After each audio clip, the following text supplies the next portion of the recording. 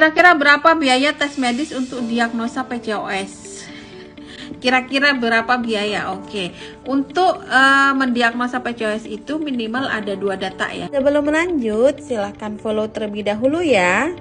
1 USG transvaginal, nanti 2 kali di hari kedua atau hari ketiga menstruasi. Kisaran ya kita ambil rata-rata aja ya, ada yang 200, 300, 400 atau lebih juga gitu ya, tergantung nanti ada obat yang ditembus atau enggak gitu.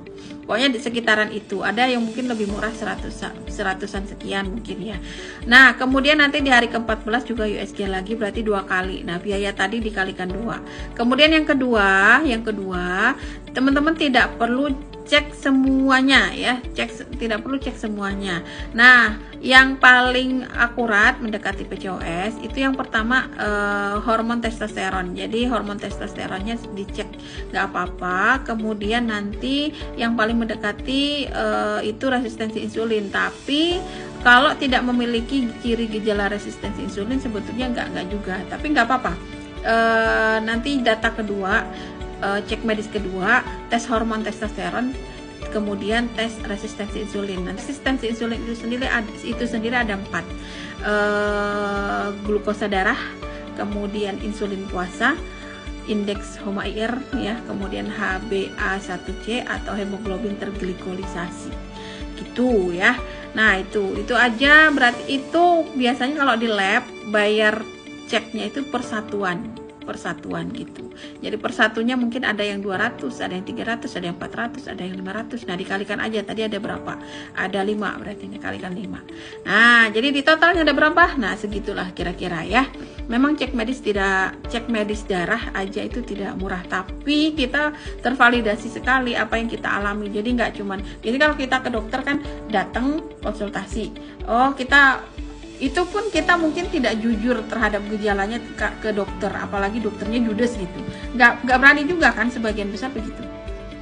Jadi kurang kita ngasih gejala tidak lengkap, dokternya mungkin karena sudah sangat ahli langsung menyimpulkan, oh ini pasti ini gejala begini, lalu diberikan diagnosa gitu.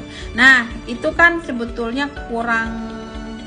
Ya sebetulnya udah bagus, tapi kadang kalau kita tidak jujur terhadap apa yang kita alami kayak kurang pas gitu, diagnosanya kurang pas. Nah kalau tes darah itu jelas, data medisnya jelas, indikatornya jelas, jadi mudah untuk mendiagnosa berdasarkan data itu tadi gitu ya.